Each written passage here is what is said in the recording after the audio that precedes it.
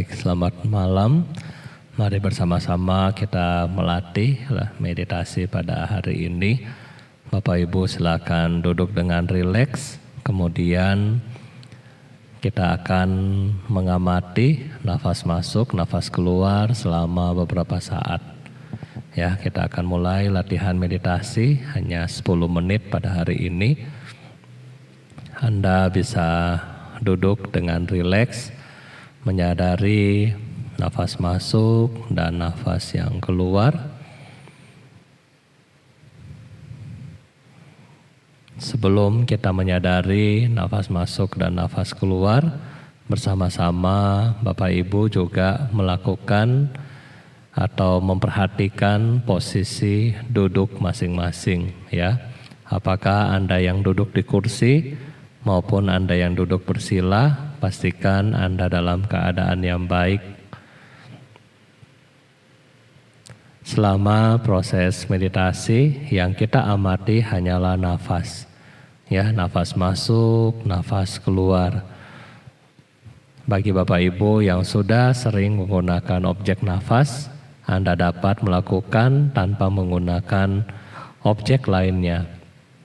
Tetapi jika Anda yang jarang menggunakan objek nafas, maka Anda bisa dibantu dengan objek Buddho, yaitu ketika nafas masuk di dalam batin mengucapkan kata Bud, dan ketika nafas keluar di dalam batin mengucapkan kata Do. Jadi nafas masuk Bud, nafas keluar Do. Nah, ini bisa dilakukan, ya. Mari kita coba bersama-sama melatih objek nafas ini untuk 10 menit ke depan. Meditasi kita mulai.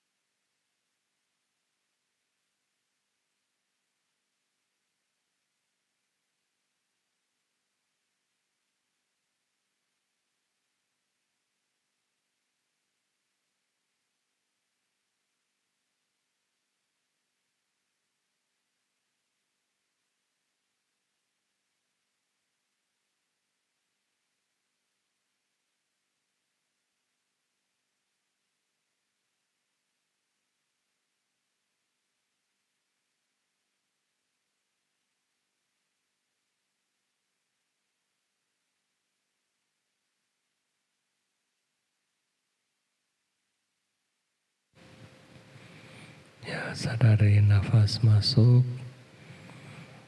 sadari nafas keluar,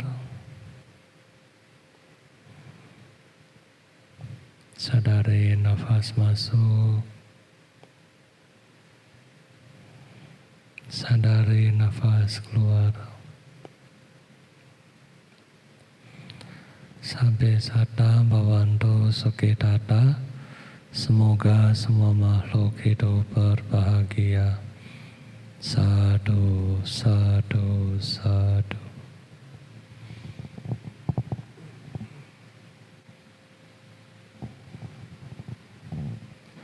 Bapak, Ibu, dan saudara-saudari sedama, selanjutnya pada kesempatan hari ini, ya marilah kita kembali merenungkan mengenai berkah, ya.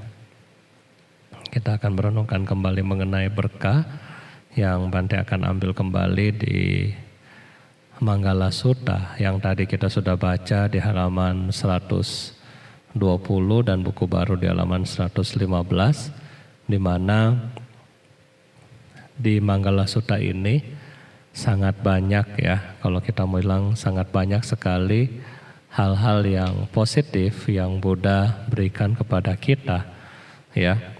Nah, kita lanjut kepada bait yang berikutnya adalah menjauhi, ya, menjauhi dan tak melakukan kejahatan, ya. Anda bisa lihat di sana. Ya, di sini Bapak, Ibu, dan saudara-saudari sedama sebagai perumah tangga maupun sebagai anggota sangha, nah kita semua tentunya ingin memiliki hidup yang lebih baik, ingin hidup yang bahagia, ingin hidup yang dalam keadaan yang damai dan semua tercukupi. Namun karena perasaan, ya, karena pikiran yang disebabkan oleh loba dosa moha menyebabkan kita tergoda, ya, tergoda dan pada akhirnya menyebabkan kejahatan. Ya, kadang-kadang ini semua membuat kita sendiri dan orang yang ada di sekitar kita menderita. Ya, oleh karena itulah Buddha berpesan kepada kita bahwa kalau kita tidak melakukan kejahatan, ya, maka itulah suatu berkah. Berkah untuk siapa? Kalau Bapak Ibu tidak melakukan kejahatan, yang berkah adalah teman-teman Anda, ya, keluarga Anda. Itu menjadi berkah buat mereka, ya, bukan berkah buat kita. Tetapi ketika Anda atau Bante juga tidak melakukan kejahatan, maka yang menjadi berkah adalah orang-orang di sekitar kita, ya, karena ketika kita ada di situ, maka disitulah tempat yang aman dan nyaman buat mereka bertemu dengan Anda, mereka ngobrol dengan Anda. Mungkin mereka juga titip barang, nggak hilang, ya, nggak hilang. Coba kalau misalnya mereka bergaul dengan orang yang jahat, ya, mereka akan was-was, ya, taruh barang takut hilang, ya kan, tidur nanti dibunuh nggak ya, dan seterusnya. Ya, jadi di sini ketika Anda tidak melakukan kejahatan, di sini berarti Anda menjadi berkah, ya, buat lingkungan dan orang-orang di sekitar kita. Yang kedua, ketika kita menjauhi kejahatan, ya, kita menjauhi kejahatan akan membawa manfaat buat kita pribadi, yaitu apa? Kita bisa menjadi orang dengan pribadi yang lebih santai, ya, karena apapun yang kita kerjakan, kita tidak melakukan hal yang buruk. Anda tidak mudah untuk merasakan suatu ketakutan, ya, untuk Anda pribadi. Lagi tidur takut nanti digerebek, ya, kita nggak perlu, ya, Anda lagi tidur, tidur aja, ya. Anda mau pergi mall, nggak perlu pakai topeng untuk sembunyi, ya, karena biasa aja, siapa yang mau cari. Tidak ada yang mau cari orang yang tidak berbuat kejahatan. Nah, sehingga untung bagi kita selaku pembuat kebajikan adalah seperti tadi ya. Kemanapun Anda pergi, Anda akan pergi dengan damai dan bahagia. Nah, berikutnya Bapak Ibu, poin yang kedua di sini adalah menghindari minuman keras ya, menghindari minuman keras. Dikatakan juga oleh Sang Buddha, inilah berkah utama ya. Kenapa? Karena di dalam ajaran Buddha, salah satu esensi yang paling penting adalah kesadaran ya. Esensi yang paling penting adalah kesadaran. Yang kedua, esensi yang paling penting yang kedua adalah keberuntungan Bapak Ibu terlahir sebagai manusia, yaitu badan jasmani Anda. Jadi dua esensi ini yang paling penting di dalam ajaran Buddha, yaitu tubuh kita sebagai manusia dan yang kedua adalah kesadaran kita. Nah, oleh karena itu dikatakan yang paling mengerikan ketika Anda melakukan hal yang tidak baik, misalnya Anda melakukan orang yang melakukan bunuh diri. Nah, itu menghancurkan badan jasmaninya ya, sehingga menutup jalan untuk mencapai kebuddhaan ya. Menutup jalan untuk mencapai pencerahan karena dia menghancurkan dirinya sendiri dengan membunuh dirinya, ya kan? Yang kedua, ada yang kadang-kadang kita pikir kita tidak melakukan bunuh diri, tetapi kita menghancurkan kesadaran kita. Ya, kita nggak membunuh diri secara fisik, tetapi kita menghancurkan kesadaran kita, yaitu dengan minum minuman keras. Ya, menjadi kecanduan daripada alkohol, ya, daripada narkotik, narkoba, ya. Dan itu menyebabkan benar-benar kesadaran kita kalau tidak mengkonsumsi ini maka akan ada yang kurang di dalam perasaannya seperti itu ya. Mungkin kalau di Manado minumnya bukan minuman kerasnya namanya cap tikus ya. Jadi kalau belum ada pesta, belum ada cap tikus ya.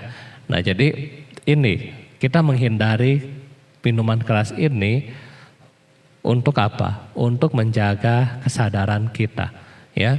Jadi ada suatu cerita di mana seorang upasaka ya, seorang upasaka atau murid siswa Sang Buddha yang laki-laki, yang pria ya, dia sangat rajin ke wihara. Kemudian selama dia rajin ke wihara, dia menjalankan 5 sila ya, rutin menjalankan 5 sila ya, tidak membunuh, berusaha tidak mencuri, berusaha tidak berzina, berusaha untuk tidak berbohong, bergosip, dan tidak minum minuman keras.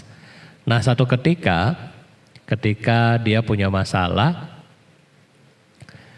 kemudian masalah pribadi ya, masalah mengenai keuangan, kemudian dia jadi pusing. Ketika dia pusing, kemudian teman-temannya ya bilang, udah kamu mencuri aja tuh. Misalnya ada orang yang pakai kalung yang bagus, ambil aja. Kalau kamu curi misalnya satu kalungnya aja, itu bisa menutup hutangnya kamu. Dia bilang apa? Oh, saya tidak, karena saya menjalankan sila. Saya tidak boleh membunuh, saya tidak boleh mencuri. Ya, jadi dia menjalankan sila. Nah, kemudian dia ketemu teman lain. Oh, kenapa kamu menderita? Iya, saya banyak pikiran dan seterusnya. Oh, iya, minum aja ini, ya kan? Minum minuman keras, maksudnya minum alkohol. Dia bilang, oh tidak, karena saya melaksanakan sila. Kemudian temannya bilang, sudah nggak apa-apa, ya kan? Yang kita minum sedikit, tidak akan menyebabkan kerugian apapun bagi dirimu. Nah, karena terayu daripada ucapan teman, nah kemudian dia minum ya, dia minum. Akhirnya Bapak Ibu, dia menjadi mabuk ya. Dia menjadi mabuk dan pada akhirnya ketika dia mabok, dia lupa bahwa dia punya kesadaran itu sangat penting. Ketika dia mabok, kesadaran untuk melaksanakan semua sila lupa, ya, karena tidak sadar. Ya, akhirnya ketika di dalam perjalanan dia melihat orang yang tadi, ya, yang menggunakan perhiasan berlebihan. Nah, dia kemudian mencuri perhiasan itu, ya, mengambil.